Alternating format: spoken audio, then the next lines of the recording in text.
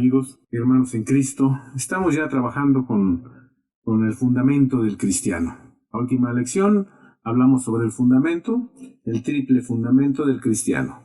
Soy el pastor Juan Horta de la Iglesia Cristiana El Camino de la Cruz y vamos a continuar con estos estudios fundamentales para formar un verdadero carácter cristiano, ser formados como unos verdaderos hijos de Dios. Estamos hablando del fundamento. Entonces, el primer fundamento, o de acuerdo a la palabra de Dios, lo que aparece primero, es la sangre de Jesús. La sangre es fundamental. Ya vimos, tres son los que dan testimonio en la tierra: el espíritu, la sangre y el agua. Y vamos a analizar primero la sangre. Nuestra primera relación o el primer conocimiento que tenemos de Jesucristo nuestro Salvador. De tal manera que nosotros vamos a poder entender qué es lo que Dios espera de nosotros. Bien, vamos a empezar.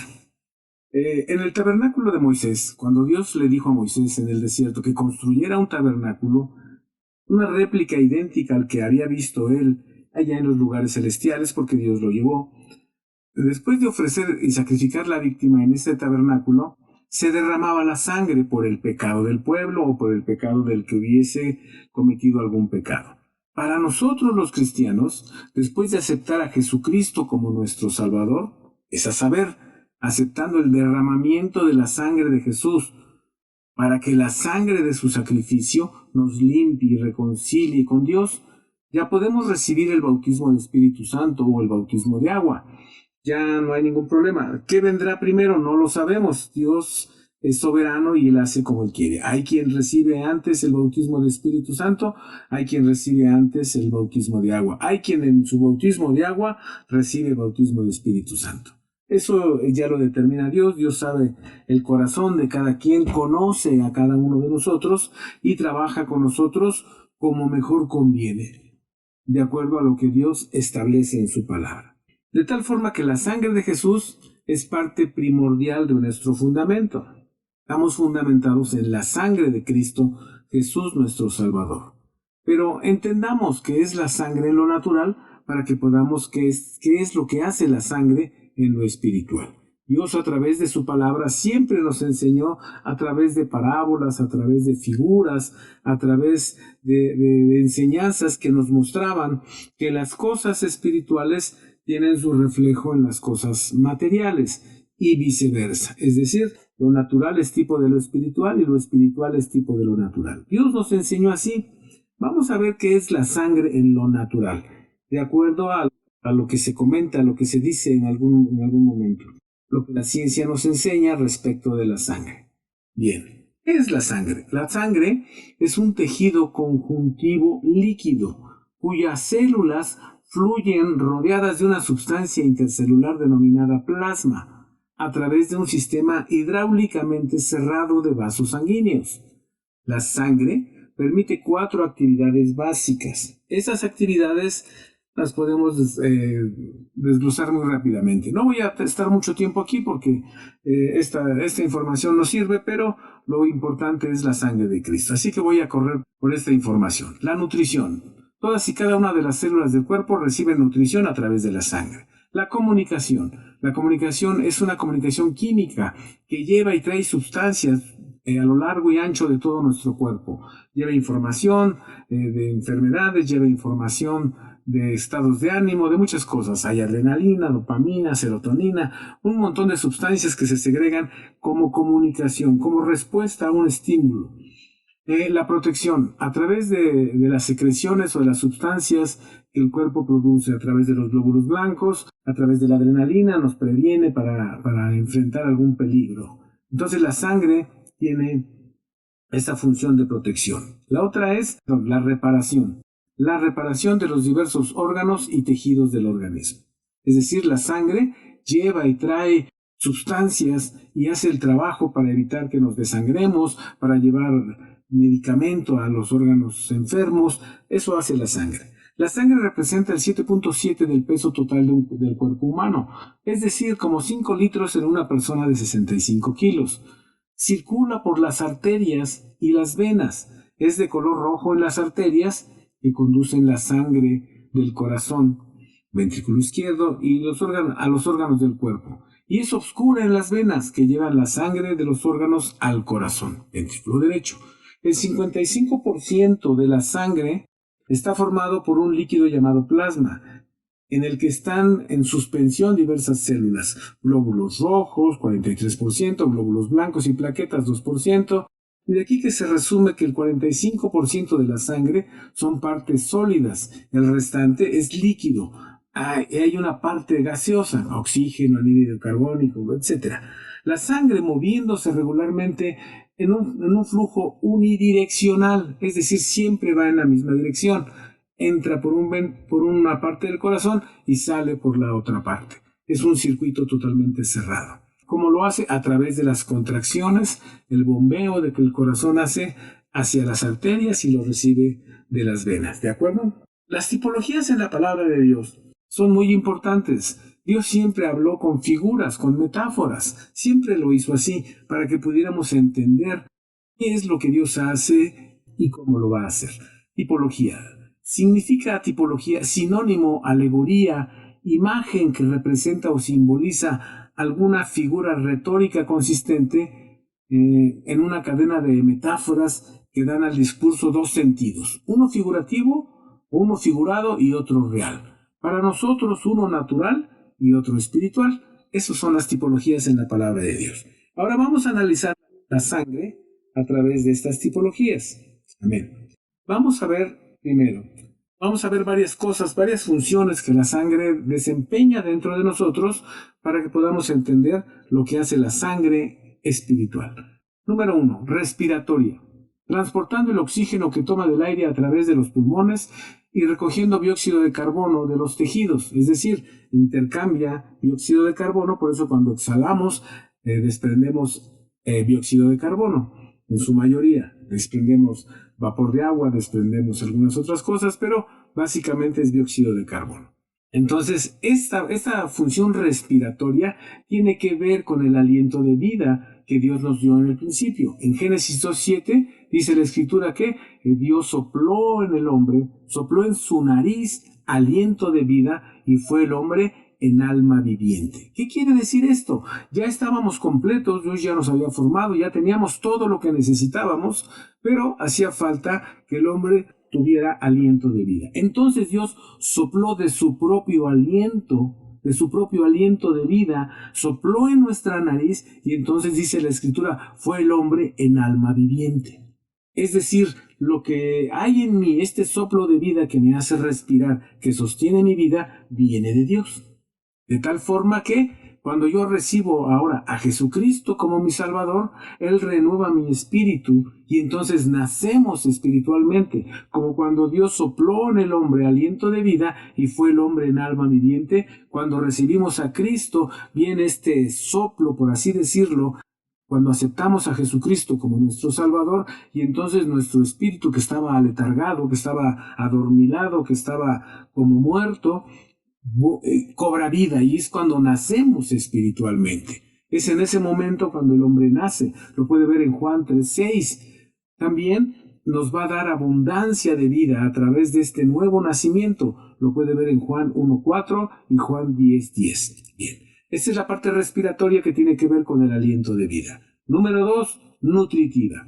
Mediante el aporte de sustancias nutritivas procedentes de la digestión, es decir, la sangre recoge nutrientes del estómago y los lleva a todos los órganos del cuerpo para que el cuerpo se nutra. A cada célula es alimentada para que cada célula viva. Ahora bien, la sangre de Cristo nos alimenta. La sangre de Cristo transfunde vida a nuestro cansado ser. Juan 6:55. Renueva nuestras fuerzas y nos ayuda a crecer espiritualmente. Es decir, la sangre de Cristo es verdadera bebida y su cuerpo es verdadera comida, de tal forma que nosotros vamos a tener una vida nueva a través de esta sangre preciosa de Jesucristo. No es una sangre contaminada como la que yo tenía, es una sangre limpia, llena de nutrientes espirituales para hacer crecer el hombre espiritual que ahora hay en mí. Tercera cosa, inmunitaria o defensiva, protegiendo el organismo gracias a la presencia de los leucocitos o glóbulos blancos. protege. La sangre de Jesús nos protege, nos guarda. Éxodo 12:13. Cuando pusieron la sangre en el dintel, en los postes y en el dintel de la puerta, redimiendo y remitiendo nuestros pecados al único que puede perdonarlos, es a saber, Jesucristo nuestro Salvador. Esa sangre nos logra una comunión, volver a estar en la presencia de Dios por causa de la sangre de Cristo. Puede verlo en Efesios 1:7 y Colosenses 1:14. Entonces ya vimos inmunitaria o defensiva, es decir, que nos protege esta sangre de Cristo. 4. Excretora, recogiendo los residuos y desechos para ser eliminados. La sangre recoge del cuerpo todos los residuos de los órganos que dejan las células para eliminarlos, sacarlos fuera del cuerpo. Todas las toxinas, todo aquello es filtrado y es echado fuera de nuestro cuerpo. Esta característica excretora, es decir, de limpieza, también la hace la sangre de Jesús, porque la sangre de Jesús nos limpia de pecado. Puede verlo en Apocalipsis 1:5. Quita la maldad de nuestro corazón. No solo nos perdona, sino que quita la maldad de nuestro corazón. Lo puede ver en 1 de Juan 1:7 y 9. Al confesar nuestro pecado, aceptamos que la sangre de Jesús sea el pago de nuestro pecado y lleve nuestros pecados a las espaldas de Cristo. Lo puede ver en Isaías 38:17. El mar del olvido. Es decir, nos acogemos al regalo de Dios en Jesucristo, nuestro Salvador. Tito 3:5. 5. La sangre hace una función transportadora de las secreciones y hormonas producidas por las distintas glándulas del cuerpo. Lleva y trae información del estado que guarda nuestro cuerpo. Es decir, comunica cada célula con el cerebro, que es el que comanda todo. La sangre está llevando información. Es una información química que recoge, que decodifica el cerebro y entonces hace que se produzcan sustancias. Pero es una comunicación. La sangre de Cristo Jesús nos comunica. La sangre de Cristo nos comunica para que podamos ser librados del pecado. La sangre de Jesús en nosotros clama a Dios para librarnos de algún peligro o de algún pecado. Hebreos 12:24 dice que la sangre de Cristo clama mejor que la de Abel. Estando ya en mí, cuando yo acepto a Cristo y su sangre está en mí, la sangre de Cristo está clamando por mi pecado, por los peligros a los que puedo someterme. Es la sangre la que está dando la voz de alerta a Dios el Padre para que nosotros seamos guardados. No que Dios no lo sepa, pero ese es el trabajo de Cristo, interceder por nosotros. Por eso está sentado a la diestra del Padre y desde ahí intercede por cada uno de nosotros. Ahora bien, también hace una función reguladora la sangre, manteniendo el equilibrio de agua del organismo y la temperatura corporal. Muy bien, la sangre de Cristo nos permite tener el crecimiento del hombre espiritual en nosotros. 1 Corintios 3:7, Juan 3:6, y a través de la confesión y la limpieza crecemos espiritualmente y decrece el hombre carnal para tener una vida espiritual equilibrada. Juan 3:30. Es decir, debe ganar, debe vencer el hombre espiritual, debe prevalecer el hombre espiritual. Cuando yo me enojo, prevalece la carne. Cuando yo miento, prevalece la carne. Cuando yo perdono, cuando yo acepto a Cristo, cuando yo reconozco mi pecado y lo confieso, prevalece el hombre espiritual. Entonces, esta regulación, este equilibrio que debe haber en mi cuerpo, lo tenemos a través de la preciosa sangre de Jesucristo nuestro Salvador. Número 7.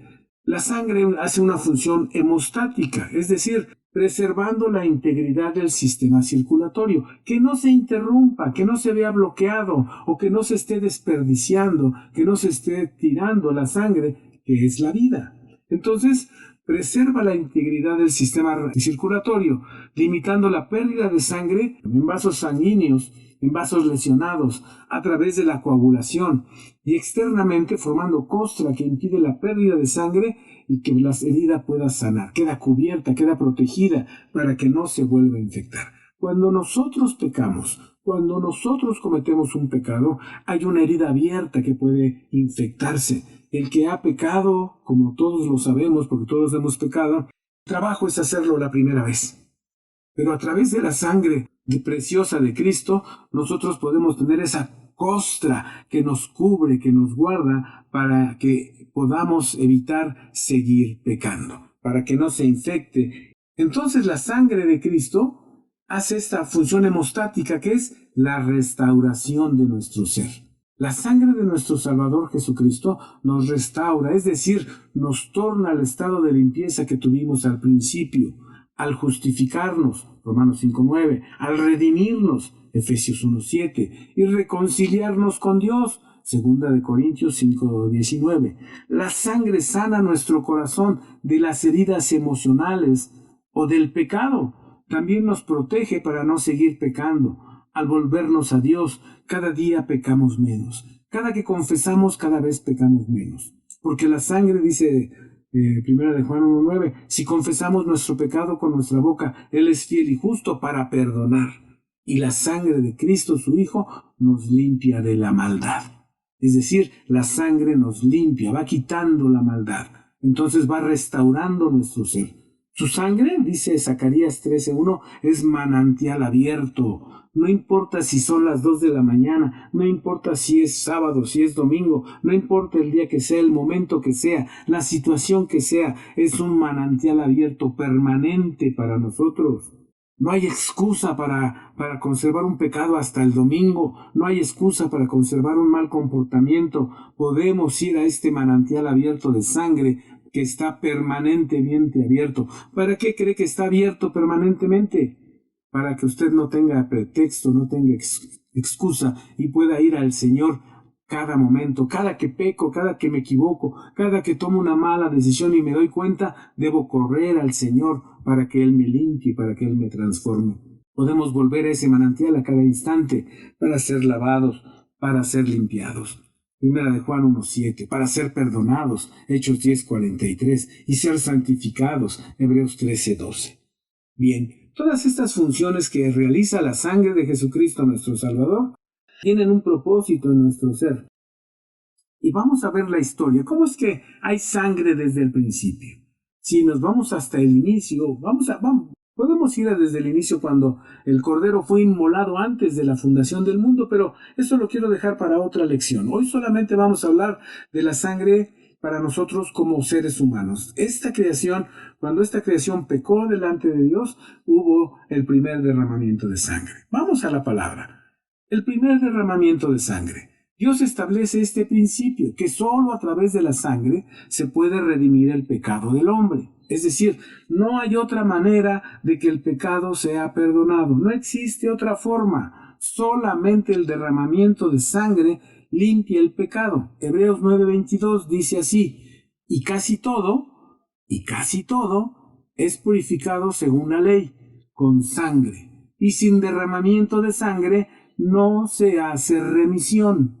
Entonces yo necesito la sangre para que sea yo redimido de mi pecado. Si no tengo la sangre, mi pecado no se puede redimir. Yo tengo que clamar la sangre de Cristo sobre mí para que ese pecado sea borrado. Y dice, casi todo es purificado según la ley con sangre. ¿Por qué dice casi todo? Porque también está el fuego que santifica y que redime, que transforma, que cambia. También está el agua del bautismo que nos limpia. Por eso Pedro dice, ¿qué haremos? Ya matamos a Cristo, ¿ahora qué hacemos? Les dice Pedro, bautícese cada uno en el nombre de Jesucristo para remisión de sus pecados y recibiréis el don del Espíritu Santo. Entonces hay un derramamiento de sangre para redimir mi pecado. Sin sangre no hay redención de los pecados. Hoy mucha gente está predicando que ya no necesitamos la sangre, que ya no es necesaria la sangre porque ya fue derramada una vez y con esa vez fue suficiente.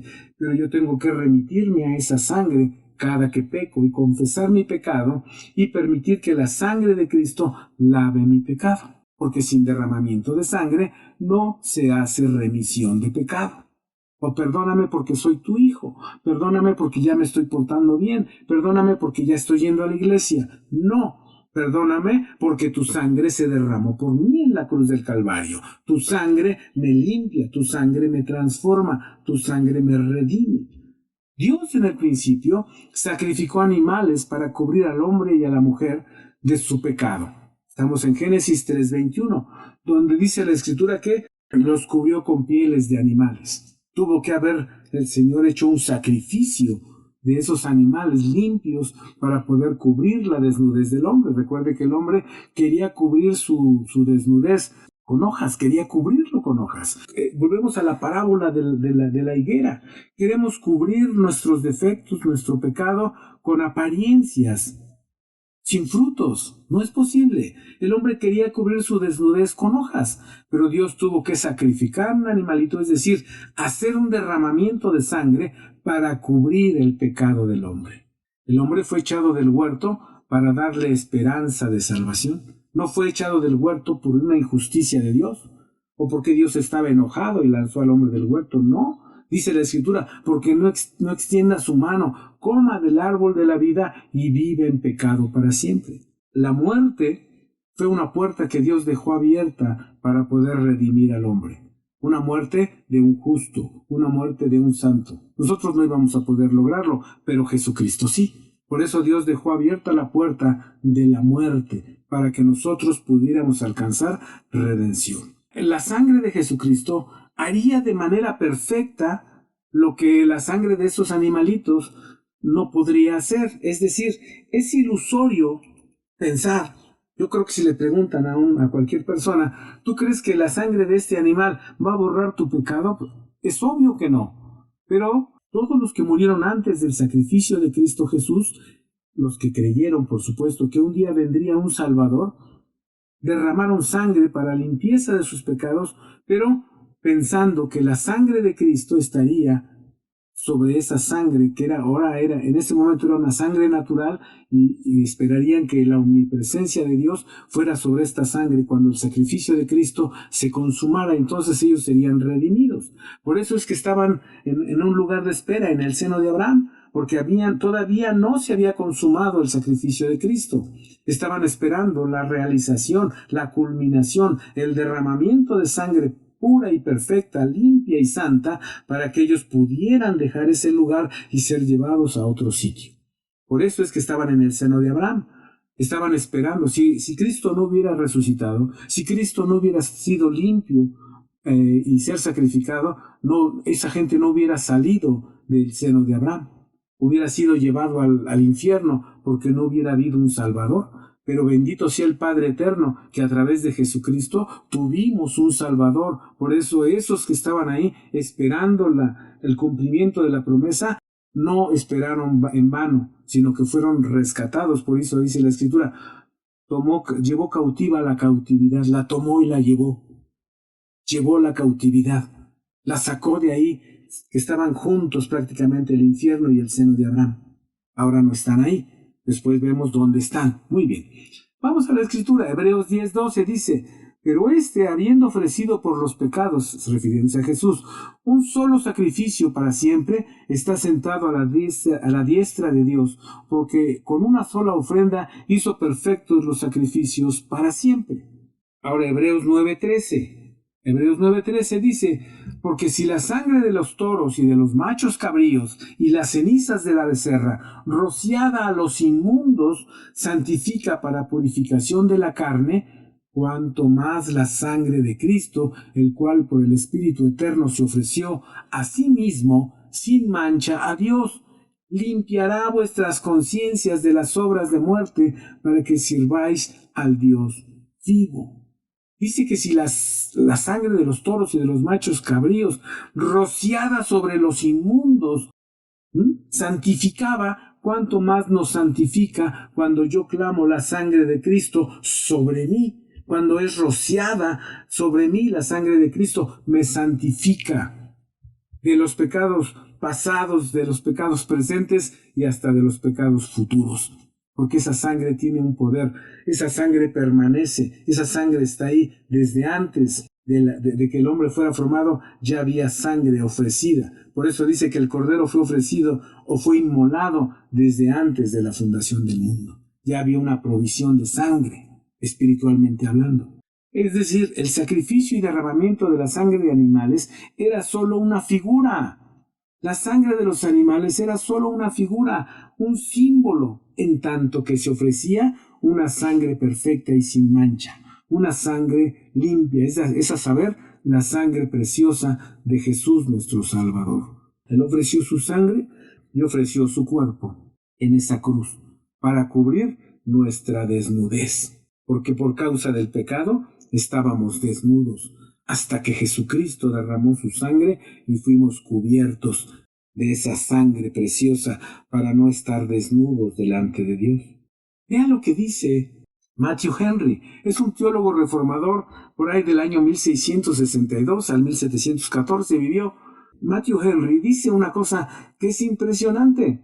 Dice: poca razón tenemos al sentirnos orgullosos de la calidad de nuestras ropas, todos esos que les gusta la ropa de marca, que son solamente las divisas, las ganancias, el producto de nuestra vergüenza. Queremos cubrir con nuestras obras, con nuestro dinero, un cuerpo que solo puede ser cubierto y solo puede ser digno delante de Dios con la sangre preciosa de Cristo, nuestro Salvador.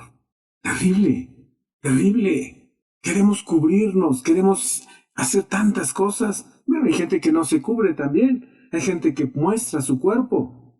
Decía mi pastor, el pastor Hugo Zafra, decía que la gente que muestra su cuerpo está despreciando la sangre de Cristo. Aquella que exhibe su cuerpo, que muestra su cuerpo, está despreciando la cobertura de la sangre preciosa de Cristo. Esto es lo que hacemos cuando mostramos nuestro cuerpo. Por eso debemos ser, nuestro vestido debe ser recatado, debe de ser decoroso, porque si no, estamos despreciando la sangre de Cristo. Él quiere cubrirnos y nosotros queremos encuerarnos. El primer derramamiento de sangre en la Escritura lo tenemos en la historia de Caín y Abel. Estoy en Génesis 4:3, dice la Escritura así: y aconteció andando el tiempo que Caín trajo del fruto de la tierra una ofrenda a Jehová, y Abel trajo también de los primogénitos de sus ovejas y de su grosura, y miró Jehová con agrado a Abel y a su ofrenda, mas no miró propicio a Caín y a la ofrenda suya, y ensañóse Caín en gran manera y decayó su semblante. La historia de Caín nos enseña lo que no se debe de hacer, y la historia de Abel nos enseña lo que sí debemos hacer. El contraste entre cada una de estas ofrendas, entre cada una de las cosas que ellos eligen, es una importante lección para nosotros. En Caín, sus padres obtuvieron del fruto de sus elecciones y de sus desobediencias, sembradas antes de su redención. Miren, en Abel aprendemos que cosecharon el fruto de su condición redimida por Dios, el amor y la gracia que ser pastor le trajo. Recuerden que Abel era pastor. La naturaleza invisible de Cristo debía posar sobre la ofrenda visible para que fuera aceptada. ¿En cuál de las dos ofrendas posaría la presencia de Cristo para que el fuego de aceptación de Dios pudiera descender y consumir la ofrenda? Veamos, analicemos qué ofreció cada uno. Hay gente que dice es que Caín se equivocó, Caín debió intercambiar legumbres con su hermano para que su hermano le diera una oveja y hacer un sacrificio de sangre.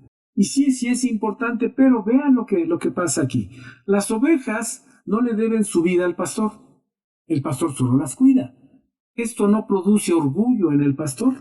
Aunque dicho aquí entre comillas, mucho pastor se enorgullece del rebaño que tiene. Y entonces se siente merecedor o se siente en condiciones de exigir a sus ovejas, porque él se siente que las cuida bien y que hace muy buen trabajo. Pero recuerden que el salario lo fija Dios, no lo fijamos nosotros.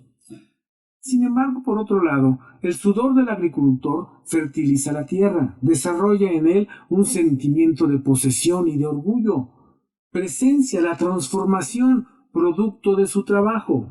Es más visible en el agricultor porque él labra la tierra, la revuelve, la mueve, le quita las piedras, quita los espinos, hace un trabajo, mete sus pies en la tierra, mete sus manos, de tal forma que siente como un logro personal ese trabajo. La ofrenda de Caín era producto de su esfuerzo, de sus logros.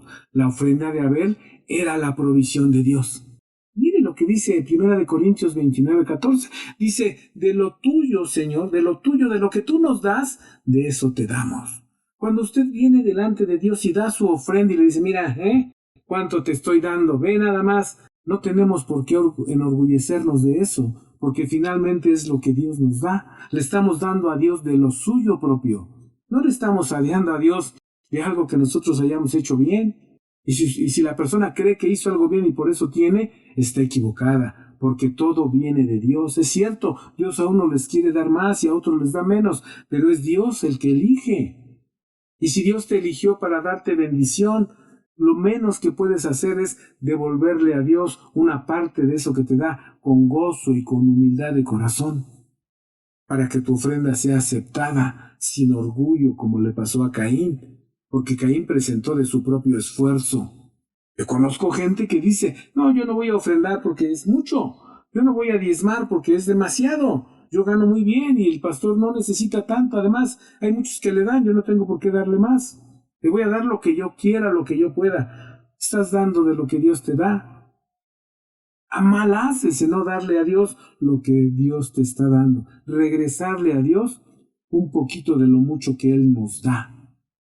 El pueblo de Israel no sabe y no reconoce que ha ofendido a Dios. Mire lo que dice la palabra de Dios. Voy a Malaquías y voy a leer toda esta parte de Malaquías 1. Voy a empezar en el verso 6. Dice, el hijo honra al padre. Está hablando Dios. El hijo honra al padre y el siervo a su señor. Dice el Señor, si pues soy yo padre, ¿qué es de mi honra? Y si soy yo señor, ¿qué es de mi temor? Dice Jehová de los ejércitos a vosotros, oh sacerdotes, que menospreciáis mi nombre y decís, ¿en qué hemos menospreciado tu nombre? ¿Qué ofrecéis sobre mi altar? Dice Dios, ¿pan inmundo? Y dijisteis, ¿en qué te hemos amancillado? En que decís, la mesa de Jehová es despreciable. Y cuando ofrecéis el animal ciego para sacrificar, ¿no es malo? Asimismo, cuando ofrecéis el cojo o el enfermo, ¿no es malo? Preséntalo pues a tu príncipe. ¿Acaso se agradará de ti? ¿O le serás acepto? Dice Jehová de los ejércitos. Ahora pues, orad a la faz de Dios, que tenga piedad de nosotros. Esto de vuestra mano vino, ¿le seréis agradables? Dice Jehová de los ejércitos, quien también hay de vosotros, que cierre las puertas o alumbre mi altar de balde. Yo no recibo contentamiento de vosotros, dice Jehová de los ejércitos, ni de vuestra mano me será agradable el presente. Mire, cuando usted viene delante de Dios y le da algo a Dios por obligación, por ser notado, cuando le da lo que le sobra, cuando le da lo que usted ya no va a ocupar, entonces usted está ofreciendo la oveja tuerta, la oveja coja. Cuando usted alaba a Dios y no lo hace de todo su corazón, con todas sus fuerzas, le está ofreciendo ofrenda inmunda delante de Dios. Y usted quiere que Dios acepte su sacrificio, sacrificio de alabanza, sacrificio de honra, porque si Él es Padre, ¿dónde está la honra que le debemos? Y si Él es nuestro Señor, ¿dónde está el temor de Dios cuando presentas tu ofrenda? Buscas en tu bolsillo la moneda más pequeña, el billete más roto. Amén. Ahora analicemos las ofrendas de Caín. Se dicen muchas cosas, que por la forma, que por el tiempo, que porque no fue de sangre, que porque estaba enojado, que porque muchas cosas. Pero veamos en Hebreos 11:4 cuál es la razón que la Biblia nos da, por qué la ofrenda de Abel fue aceptada y la de Caín no. Hebreos 11:4 dice, por la fe, Abel ofreció a Dios mayor sacrificio que Caín, por lo cual alcanzó testimonio de que era justo, dando Dios testimonio a sus presentes, y difunto aún habla por ella. Es decir, por la fe. Cuando tú vienes delante de Dios y das tu ofrenda por obligación, no estás poniendo fe. Cuando tú alabas a Dios sin ganas, no estás poniendo fe. ¿Qué quiere decir? Pues a lo mejor Dios ni me oye, o a lo mejor Dios ni existe, y alabas por obligación. Tú tienes que poner tu fe. Dice la Escritura que aquel que se allega a Dios crea que le hay y que es galardoneador de los que le buscan. Si tú vas a la iglesia nada más por ir, no estás poniendo fe. Tu ofrenda no es agradable a Dios. Ni tu ofrenda, ni tu sacrificio, ni tu trabajo, ni tu servicio. Cuando limpias una banca y no le estás diciendo a Dios, y no lo haces, pensando que es a Dios a quien sirves, estás enojado, estás molesto porque tuviste que llegar antes que los demás. Tu ofrenda no sirve. Tu ofrenda es despreciable delante de Dios, porque no estás poniendo fe en lo que haces. No estás diciendo, limpio esta banca para el que se siente aquí, tenga una impresión de Cristo, tenga una impresión de Dios, se vaya lleno del poder de Dios, se vaya consolado, se vaya rejuvenecido, se vaya renovado, porque Dios va a tocar hoy su vida. No, estás enojado y sacudes y golpeas la silla o la banca. Estás dando una ofrenda sin fe, sin esperanza, desde tu enojo, desde tu carne, por tu logro, por tu mérito, porque tú estás ahí desde temprano, y el que se va a sentar ahí va a llegar tarde. Amén. Abel tenía fe en la provisión invisible de Cristo sobre su ofrenda. Ofreció un cordero y derramó la sangre, pero no era la sangre del cordero lo que Abel veía. Él veía la sangre preciosa de Cristo que un día se ofrecería por su propio pecado. Cuando los hebreos ofrecían el sacrificio de sangre, no creían en que la sangre de ese animal los iba a redimir, creían en la sangre preciosa de Cristo que un día vendría a hacer perfectos todos los sacrificios. Posaba sobre esa sangre la esperanza de resurrección, de vida eterna, del perdón de Dios, que un día a través de Cristo Dios les daría. Sobre esa ofrenda visible posaba la invisible provisión de Dios, Cristo, para que la ofrenda fuera aceptada. Por eso Abel creyó en la provisión de Cristo, creyó en la provisión que Cristo estaba posando sobre esa ofrenda. Cuando oramos por la Santa Cena y ponemos nuestras manos y decimos a Dios, tu cuerpo sobre este pan sin levadura, tu sangre preciosa sobre este vino, este jugo de uva, estamos creyendo que la presencia de Jesucristo, nuestro Salvador, está posando sobre los elementos. Son elementos naturales, pero el poder, el poder de Cristo posa sobre ellos. Su resurrección y su vida está sobre ellos. Y es lo que vamos a comer en la Santa Cena. Tenemos fe que así será. Y así será. Porque nadie que deposite su fe en Cristo Jesús será defraudado. La provisión de Dios para expiar nuestro pecado es Cristo, y no la obra o no el trabajo o no lo que nosotros pudiéramos ofrendar de nuestro propio logro, de nuestro propio pensar o sentir. Es la omnipresencia de Cristo. Cuando tú ofrendas, cuando tú diezmas, cuando tú sirves, debe de ser la omnipresencia de Cristo la que debe de estar en ese sacrificio, en eso que estás ofreciendo en el altar delante de Dios. Por eso son importantes las tipologías, las formas, las figuras, las semejanzas que Dios tiene en todos estos elementos, en todas estas cosas. Las tipologías siempre estuvieron encaminadas a mostrar la naturaleza del Hijo de Dios. De ahí que tengan tan gran valor. Lo tenían antes y lo tienen hoy para nosotros. Por eso cuando yo clamo la sangre de Cristo, me estoy cubriendo de la sangre preciosa de mi Salvador. Es una figura, es una tipología de esa sangre preciosa que se derramó en el Calvario. Y por no respetar una tipología, la ofrenda de Caín no fue aceptada. Por no respetar una tipología, una figura, Moisés no pisó la tierra prometida. Porque cuando él golpea la roca por segunda vez, es como si hubieran sacrificado a Jesucristo 2 veces. Y no, él fue solo una vez fue al Calvario y ofreció su sangre una vez y para siempre. Amén. Ahora bien, vamos a la siguiente. La sangre tiene voz. La sangre tiene voz. La voz de nuestra sangre es audible para Dios. Dios oye la voz de nuestra sangre. Pero cuando aceptamos a Jesucristo como nuestro Salvador, no solo es nuestra propia voz, sino se une también la voz de Cristo que clama por nosotros. Amén. Mire, la sangre de Jesús clama. Ya está en nosotros. Fue el precio de nuestra redención. Cuando yo clamo la sangre de Cristo está sobre mí y esa sangre tiene voz. Por eso es importante que yo me mantenga en la sangre, que yo mantenga mi mente inmersa, limpia, transformada con la sangre preciosa de Cristo. Por eso es importante que yo clame la sangre sobre todo lo que hago, sobre mis pensamientos, sobre mis sentimientos, sobre mis emociones. La sangre limpia, redime, justifica.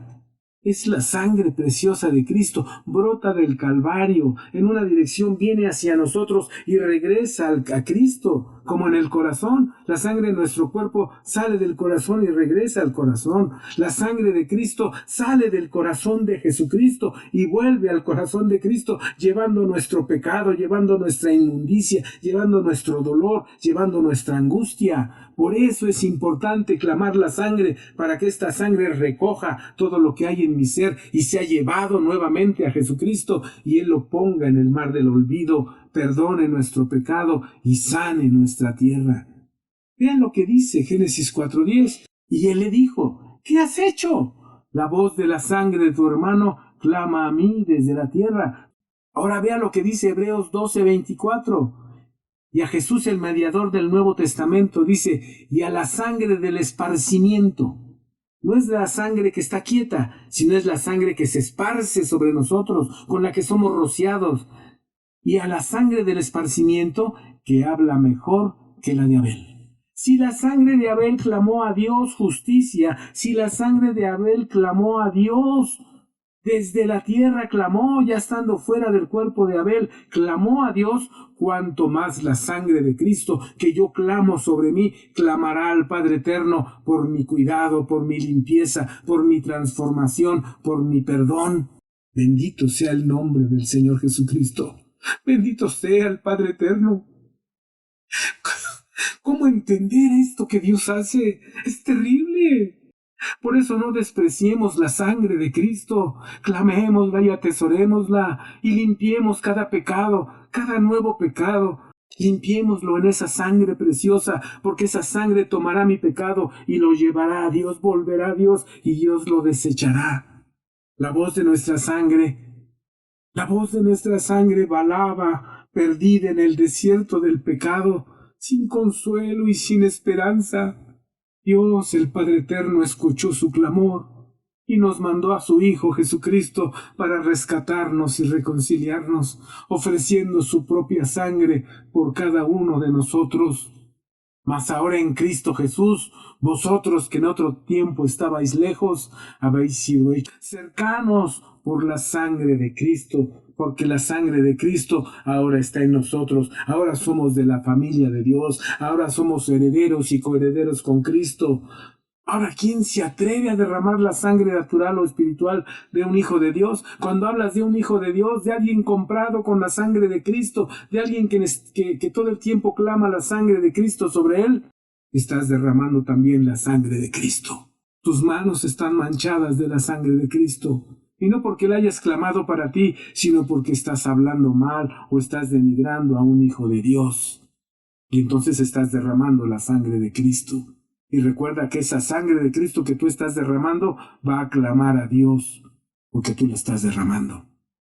Un cristiano que tiene la sangre de Cristo sobre él, y alguien lo ataca, o alguien lo lastima, o alguien habla de él, o alguien lo trata de denostarlo, entonces esa sangre que está sobre él, la sangre de Cristo, clamará a Dios. Y Dios escucha la voz de su Hijo. Si escucha la voz de nuestra propia sangre, ¿cuánto más no escuchará la voz preciosa de Jesucristo nuestro Salvador, que intercede por cada uno de nosotros? La sangre tiene y es vida. Amén. La sangre tiene y es vida. La sangre tiene vida. La sangre es vida. En la sangre está la vida. Quien pierde su sangre morirá irremediablemente. Para dar vida a quien perdió mucha sangre, debe hacerse una transfusión para que conserve su vida. Nosotros moríamos en pecado, estábamos contaminados, pero Dios transfundió la sangre de Jesús, su Hijo, para que tuviéramos vida y vida en abundancia. Habíamos perdido vida, habíamos perdido sangre porque la paga del pecado es muerte. Así que estábamos muriendo en pecado, cuando la sangre de Cristo Jesús vino a nosotros y transfundió vida. nos dio vida, de la vida de Cristo estamos llenos. Por eso el que nace de nuevo es alguien que no entiende, no podríamos entender lo que hay ahora dentro de nosotros. Cuando Cristo está dentro de nosotros, podemos hacer muchas cosas. Pasamos de muerte a vida, porque estábamos muertos en pecado. Mire lo que dice Juan 6:53. Vea lo que dice la palabra de Dios. La palabra del Señor dice así: y Jesús les dijo: de cierto os digo, si no comiereis la carne del Hijo del Hombre y bebiereis su sangre, no tendréis vida en vosotros. El que come mi carne y el que bebe mi sangre tiene vida eterna, y yo le resucitaré en el día postrero, porque mi carne es verdadera comida y mi sangre es verdadera bebida. El que come mi carne y bebe mi sangre, en mí permanece y yo en él. ¿Es importante entonces clamar la sangre? ¿Beber la sangre de Cristo es importante? Amén. Es importante. No es algo menor, no es algo despreciable, no es algo que no tenga valor. Es muy importante. Vean lo que dice Juan 10:10. El ladrón no viene sino para hurtar y matar y destruir. Ahora dice Jesús: yo he venido para que tengan vida y para que la tengan en abundancia. Colosenses 1:20. Y por él reconciliar todas las cosas, así, pacificando por la sangre de su cruz, así lo que está en la tierra como lo que está en los cielos. Levítico 17:11 dice: porque la vida, esta palabra vida se traduce como nefesh, es la palabra 53:15 de la concordancia Strong. Dice: porque la vida de la carne en la sangre está, y yo os he dado para expiar vuestras personas sobre el altar, por lo cual la misma sangre expiará a la persona. Porque el alma de toda carne, su vida está en la sangre. Por tanto he dicho a los hijos de Israel: no comeréis la sangre de ninguna carne, porque la vida de toda carne está en su sangre. Esta palabra vida, esta palabra alma, se traduce como alma en algunas Biblias. Esta vida, esta alma, la 53:15 de la concordancia Strong, se le atribuye la palabra nefesh. La palabra nefesh, propiamente criatura que respira, animal o vitalidad, usado muy ampliamente en el sentido literal, acomodado o figurativamente, corporal o mental. Aliento, alma, anhelar, animal, ánimo, antojo, apetito, contentamiento, corazón, cordial cuerpo. Dejar significa esclavo. También una palabra que pareciera no tener mucho que ver, pero es estómago. Cuando veamos cómo fue hecho el hombre, vamos a ver que esta alma nefesh radica en el estómago. Gusto, hombre interior, íntimo, lujuria, matar, muerte, muerto. Esta alma es un alma básica del hombre, es el alma de los instintos. No quiero hablar mucho porque lo vamos a ver cuando veamos cómo fue formado el hombre, de qué está constituido el hombre. Y lo vamos a ver un poco más adelante. Entonces esta alma, esta sangre, porque el alma está en la sangre, está ahí y está viva. Cuando Jesús viene y toca nuestro ser, transfunde vida nueva a nosotros, esperanza de vida. ¿Amén? Ahora, la sangre por señal. No solamente es vida, no solamente tiene voz la sangre, sino que también es por señal. La sangre de Jesucristo nuestro Salvador está sobre nosotros porque fuimos comprados por ella para ser participantes de la vida y la libertad que es en Cristo Jesús nuestro Salvador, de tal forma que llevamos sobre nosotros una señal. Somos marcados por esa sangre que nos redimió. Elegidos, dice la palabra de Dios, elegidos según la presciencia de Dios, Padre, en santificación del Espíritu para obedecer y ser rociados con la sangre de Jesucristo. Gracia y paz os sea multiplicada. Primera de Pedro 1:2. Para ser rociados con la sangre de Jesucristo. Por eso clamamos la sangre sobre nosotros. Por eso estamos limpiando y expiando nuestro pecado cada que lo cometemos con la sangre preciosa de Cristo, para ser rociados. Es el esparcimiento de su sangre sobre nosotros. ¿Debo clamar la sangre sobre mí entonces? Sí, para ser limpiado, para ser rociado, para poder obedecer a la palabra de Dios. debo recibir la sangre de Jesucristo. Cada que peco, claro, cada que peco. Cuando le recibí, fui libre del pecado original, el que recibí de mis padres, de mis ancestros, de Adán. Fui perdonado, pero yo tengo mis propios pecados. Todos los días cometo pecados nuevos. Así que todos los días debo de ofrecer sacrificios de arrepentimiento a Dios. Pero no voy a usar sangre de animales. Voy a usar la preciosa sangre de Cristo que fue derramada una vez y para siempre por mi pecado. Para que mi pecado de hoy sea limpiado con la sangre preciosa de Cristo. Por eso dice, para obedecer y ser rociados con la sangre de Jesucristo. Ser rociados con esa sangre. Es decir, la sangre debe estar sobre nosotros. El sacerdote, el pastor o el líder debe rociar sobre la congregación. No lo vamos a hacer literalmente, por supuesto que no. Pero cuando oramos por ello y les pedimos que levanten sus manos, nosotros estamos clamando la sangre de Cristo sobre cada uno de ellos, que sean rociados con la sangre preciosa de Cristo, para que sean libres, para que puedan vencer, para que puedan salir adelante, para que puedan hacer aquellas cosas que no pueden hacer. Primera de Pedro 1:18 dice, sabiendo que fuisteis rescatados de vuestra vana manera de vivir, la cual recibisteis de vuestros padres, no con cosas corruptibles como oro o plata, sino con la sangre preciosa de Cristo, como de un cordero sin mancha y sin contaminación. Fuimos rescatados por esa preciosa sangre.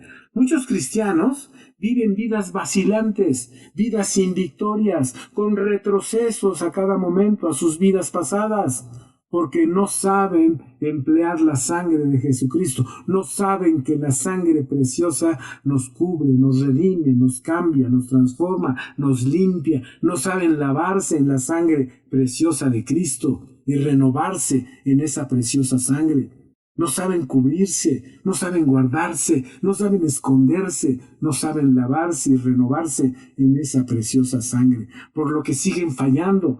Están estancados en sus ministerios, están estancados en sus vidas personales, no pueden dejar sus viejas maneras de ser y de vivir que aprendieron de esta sociedad. Quieren vivir la cristiandad desde su carne, quieren vivir un cristianismo a su manera, sin hacer entrega, sin ser lavados en la sangre de Jesucristo, que nos llevará a la victoria. Si bien es cierto que todos pecamos, sí, todos pecamos, pero los que sabemos clamar la sangre sobre nosotros, vamos cambiando, a lo mejor lentamente, pero vamos cambiando, pero estamos trabajando. No hemos alcanzado la perfección, claro que no, pero estamos en el camino, confiando que nuestro Dios añadirá lo que haga falta. Filipenses 1:6.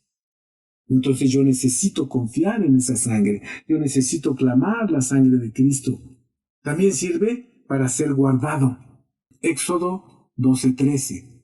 Y la sangre os será por señal en las casas donde vosotros estéis, y veré la sangre, dice el Señor, y pasaré de vosotros, y no habrá en vosotros plaga de mortandad cuando hiriere la tierra de Egipto. Y no se refiere solo a la muerte natural, se refiere a la muerte espiritual. Dios está más preocupado por nuestra muerte espiritual que por nuestra muerte natural. ¿No me cree? ¿Qué dice el Señor? Si tu ojo fuera ocasión de caer, sácate tu ojo, porque te es mejor entrar tuerto en el reino de los cielos que con tus ojos en el infierno. Si tu mano te es ocasión de caer, córtate la mano. Te es mejor entrar manco en el reino de los cielos que con tus dos manitas en el infierno. A Dios le importa más mi vida espiritual que mi vida natural. Muchos se están guardando para no perder la vida natural, pero se están guardando para no perder la vida espiritual. Clamas a Dios cada mañana para que te guarde en tu vida natural, pero estás trabajando tu corazón para que no pierdas la vida espiritual. Ponemos mucho énfasis y mucha atención en las cosas materiales, pero así ponemos de interés en las cosas espirituales. Que me vaya bien, que tenga dinero, que esté tranquilo, eso pedimos. Que haya salud en mi familia, en mi casa, en mí, eso pedimos, pero estamos pidiendo por nuestra vida espiritual, porque Cristo crezca dentro de nosotros, porque seamos transformados. Pongamos cuidado. Porque a veces solo queremos ser guardados de nuestra vida física, pero ¿qué hay de lo espiritual? Por eso Pablo dice, para mí el vivir es Cristo y el morir es ganancia. Si muero en Cristo, ya gané, ya la hice, ya estoy del otro lado. Pobre del que se queda, porque todavía puede equivocarse. Pobre del que se queda, porque todavía puede fallar. Pobre del que está aquí guardando su vida, porque dice la Escritura, el que quiera guardar su vida, la perderá. Pero aquel que ofrende su vida por el Evangelio, la salvará. Dios está más preocupado por tu vida espiritual que por tu vida física. Hoy estamos viviendo una pandemia a nivel mundial y la gente está más preocupada por su vida natural que por su vida espiritual. Terrible. Esto es terrible. No puede ser que nos preocupe más qué va a pasar con nuestra vida natural sin darle importancia a qué está pasando con mi vida espiritual. ¿Estoy creciendo? ¿Estoy caminando? ¿Estoy dejando rencores? ¿Estoy dejando odios, resentimientos, celos, envidias, avaricias, codicias, adulterios, fornicaciones, malos pensamientos? ¿Estoy dejando todo eso? ¿O creo que porque acepté a Cristo como mi Salvador algún día todo ya está hecho y no tengo que hacer nada más? Ya vimos en capítulos pasados que fui rescatado, que fui salvado por Cristo para vivir en obediencia a su palabra. Si no estoy obedeciendo a la palabra, estoy despreciando la salvación de Cristo para ser guardado, no solo de manera natural, sino de manera espiritual también. Por eso es importante que en este tiempo de crisis, de problemas, reconvenga yo qué estoy haciendo con mi vida espiritual. Doy gracias a Dios. Vamos a dejar esto de la sangre por el momento aquí. Después daré otra entrega para seguir hablando de la sangre de Cristo. Otro tiempo, otro momento. Por lo pronto aquí lo vamos a dejar. Quiero agradecerles su atención. Quiero pedirle a Dios por cada uno de ustedes. Dios los bendiga y los guarde. Dios haga misericordia sobre cada uno de ustedes. Y la sangre de Cristo sea por señal sobre cada uno de ustedes, para cambio y transformación de sus vidas. Padre, yo los bendigo en tu nombre, Señor, y clamo sobre ellos la sangre preciosa de Cristo, la que nos salvó y nos rescató del infierno y de la muerte, y de la pasada manera de vivir, la que aprendimos de nuestros padres, la que nos enseñó la sociedad. De esa manera de vivir tú nos rescataste a través de la sangre preciosa de Jesucristo, tu Hijo y nuestro Salvador. Gracias, Señor. Gracias a ustedes por escucharme, queridos hermanos y oyentes que escuchan estas palabras. Dios los bendiga, Dios los guarde. La Iglesia Cristiana, el Camino de la Cruz, les agradece a través de un servidor, el pastor Juan Horta, que hayan atendido estas palabras. Señor los bendiga, el Señor los guarde. En el nombre de Cristo Jesús. Amén.